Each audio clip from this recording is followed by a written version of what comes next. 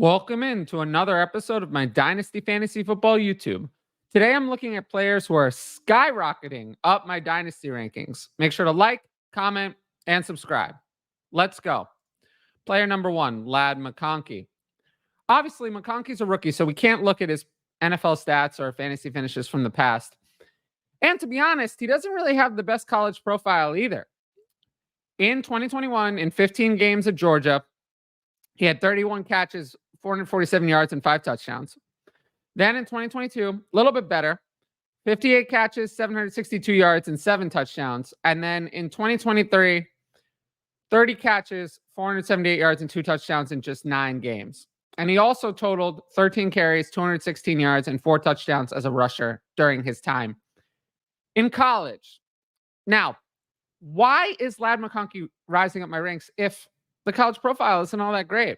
Well, he's the clear wide receiver 1 at Chargers camp. The rest of the wide receivers, Josh Palmer's been fine. And then Quentin Johnston, not so much. And we're seeing the non-statistical elements of McConkey's profile look good. As I mentioned earlier, McConkey's college production was nothing special. He ranked 24th among rookie wide receivers at the NFL Combine in production score. However, he ran a 4.39 second 40-yard dash and performed well in other events, which gave him an athleticism score of 90, 5th among rookie wide receivers. We also know that route running was a strength of McConkey's, which is showing up at Chargers camp. He's crushing from the slot and has earned a lot of praise from head coach Jim Harbaugh. We know that McConkey will be this slot wide receiver and isn't competing for a starting role like Quentin Johnston and DJ Chark seem to be on the outside. I think the dynasty managers are realizing that McConkey will have a big week 1 role and is not a wait and see player like some people were thinking. Additionally, I think people are realizing, okay, Justin Herbert, he's averaged 277.8 passing yards per game in his career. McConkey is a key piece of that offense. That probably means that he's going to succeed.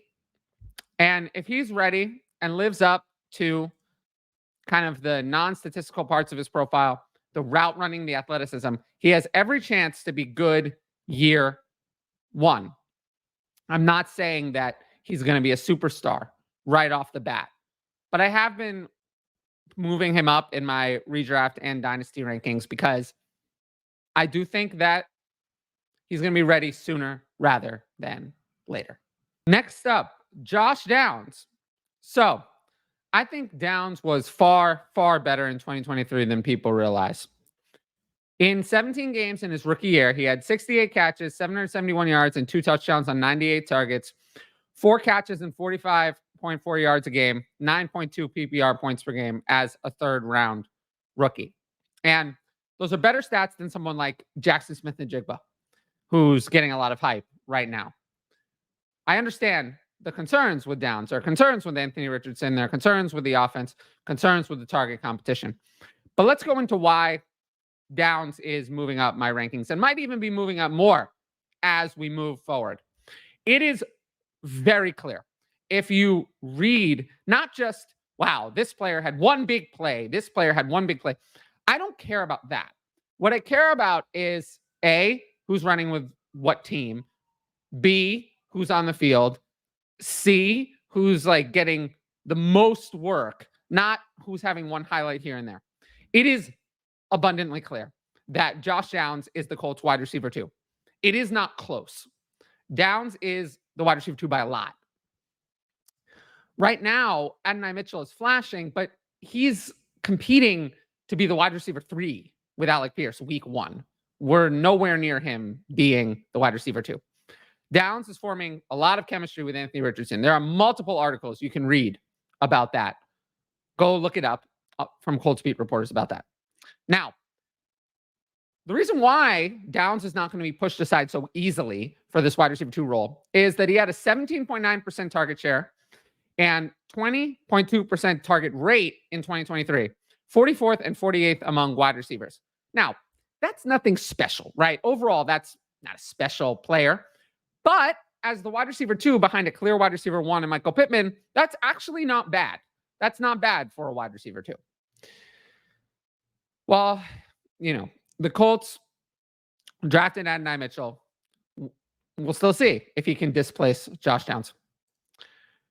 We know that Downs played 598 slot snaps in 2023, third among wide receivers. But he only played a 70.5% snap share. The big thing that would take Josh Downs to the next level is getting him more involved in 2 wide receiver sets. The Colts have a lot of tight ends, even if they don't have any great ones. So they will still play some 12 personnel. Getting Downs on the field in 2 wide receiver sets would help. I don't know if that's going to happen. If we see that to any degree in week 1, I will be far more in on Downs. But overall, I think it's very clear that at times the Colts offense supported a second wide receiver last year. We'll see. But it's much more likely to be Josh Downs, at least for now, than it is to be Adonai Mitchell. So for those reasons, Josh Downs is moving up my rankings, especially since I think he might get off to a hot start. Now, if you like my YouTube content, you should sign up for the Patreon. You get my rankings, access to the Discord, and the ability to ask in advance questions for the YouTube videos. Tiers begin at just $6 a month. And I also have Patreon video roster reviews available only for patrons. I appreciate everyone who signed up, all new patrons who join, and it's a great time to join because we're getting into redraft and start sit season, which will be Patreon exclusives. They will not be covered on Twitter, and they will not be covered on the YouTube. Redraft and start sit content will be Patreon only. Now, our last skyrocketing player, Theo Johnson. So, Theo Johnson is another rookie playing for the Giants, 4th-round pick. And his college career at Penn State isn't anything special, but it's not bad for an incoming tight end. In the COVID year, he didn't do anything, 4 catches for 56 yards. And then in 2021, 19 catches, 213 yards, and a touchdown. Not bad for a college tight end. Then in 2022, 20 catches, 328 yards, and 4 touchdowns in 11 games. And then in 2023, his best season, 34 catches, 341 yards, and 7 touchdowns. Again, nothing special, but for a college tight end, that's not bad. Now, why is Theo Johnson skyrocketing up my board? Well, he's delivering on the athleticism in camp. We know that Johnson was insanely athletic. He ran a 4.57 second 40-yard dash at 259 pounds. But as a receiving talent, he's somewhat raw. He opened the camp on the PUP list, but he came back and is already taking the majority of first team reps at Giants practice. It's very telling that a 4th-round rookie went straight from PUP to starting. Daniel Bellinger, the incumbent starter after Darren Waller retired, has been silent and nowhere to be found. The Giants have a massive void in the receiving room after Malik Neighbors, and we saw on some things from the draft room, Hard Knocks promo clip, et cetera, and you can hear about it from the Giants beat reporters too, that Brian Daboll, head coach, is very excited about Johnson. Now, what are we saying with Theo Johnson? So, am I saying that you're going to be able to start Theo Johnson week 1? Now, that would make for more exciting content. That would probably get more clicks on this video, but that's not actually realistic. So that's not what I'm saying. What I'm saying is that I think you're going to see something from Johnson week 1 that rises him up dynasty rankings, adds to his dynasty value. I always preach patience with players like this. These athletic, raw tight ends take time. They usually aren't fantasy viable week 1 or even year 1. We're looking for flashes year 1, flashes of talent, flashes of future upside, not starting numbers. So when I say he's skyrocketing, we're talking about in my dynasty rankings. He's moved up about 40 overall spots over the last couple of weeks. So if he continues to flash, he'll continue to rise. And again, just look for those upside traits in these tight ends. And I think Theo Johnson has the ability to deliver on that. We're going to hop into some NFL news. DJ Moore received a massive contract extension. 4 years, 110 million, 82.6 million guaranteed, runs through 2029. It's on top of 2 existing years at 16.05 million each with almost no guarantees. So what I believe happened is that they guaranteed that non-guaranteed money over the next 2 years and gave him solid guarantees in 2026 and 2027. So the deal is probably ironclad through 2027 when DJ Moore will be 30 years old. Those non-guaranteed years gave the Bears leverage to get a deal slightly lower than others had gotten, like Jalen Waddle was a slightly higher AAV. Essentially now, the Bears are committed to a 1-2 punch of DJ Moore and Rome Odunze through 2027 at a minimum, a long time. Now, because of this, I moved DJ Moore up 1 spot in my dynasty rankings ahead of Michael Pittman from wide receiver 19 to wide receiver 18. The contract size says that Moore is their clear wide receiver 1 right now. I believe that Odunze will get involved. Keenan Allen, I feel like is more of a veteran they added to help them win. I don't see Keenan Allen as any sort of challenge to DJ Moore. And in redraft, I moved him up 1 spot again. It's tough to get carried away. Even the best rookie quarterbacks usually don't support high-end wide receivers, and the target competition is strong. But the money is clear. I feel like we can trust that DJ Moore is going to be good. It's hard to have him much higher than wide receiver 15 because I don't think there's a top 5 ceiling there without injuries to these other really good players. But the money's clear, and we can trust Moore in our fantasy lineups every single week. Now, I always close out the video with Patreon questions. I only have 1 of them today. It's actually funny what the question is.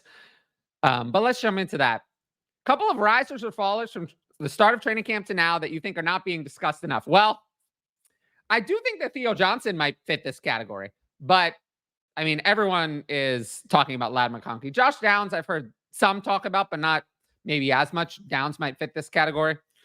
But here's some more risers who are off the radar. Tyrone Tracy is getting consistently involved at Giants training camp as a running back and as a receiver out of the backfield.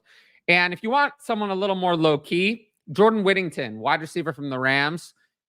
There's a lot of positive talk about him, both from other wide receivers like Cooper Kupp and from Sean McVay as a challenger for that wide receiver 3 role on the Rams behind Puka Nacua and Cooper Kupp.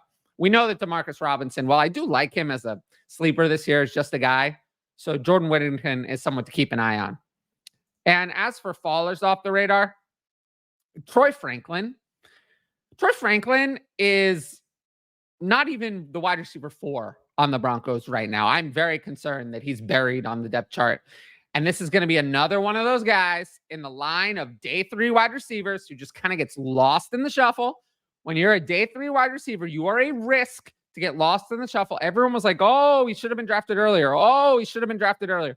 I always warned people with players like this. This is not someone we want to target early. This is not someone we want to spend a 2nd round pick on. He's not going to be the wide receiver 1 for the Broncos week 1. And here we are. And right now he's their wide receiver 5 or 6 on their depth chart. I don't want anything to do with Troy Franklin.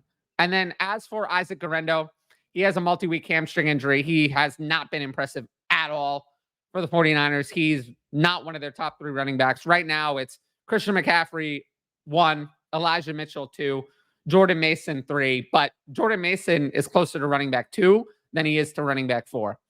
I think Isaac Guerendo gets stashed on the injured reserve and doesn't make the team at all and is out for the entire year. So, yeah, well, if you want to talk about a faller, Isaac Guerendo is definitely on my list. Now, if you like the video, make sure to drop a like and leave a comment with your thoughts. As always, the best way to support the channel is to subscribe, and don't forget to hit that notifications bell so you can be notified about all my exciting content as it drops. Of course, if you want my best fantasy football advice, it's available on the Patreon. Dynasty, redraft, start sit, and more. And every sign up helps support my independent content like this YouTube channel. But once again, thanks for watching, and I'll see you all later.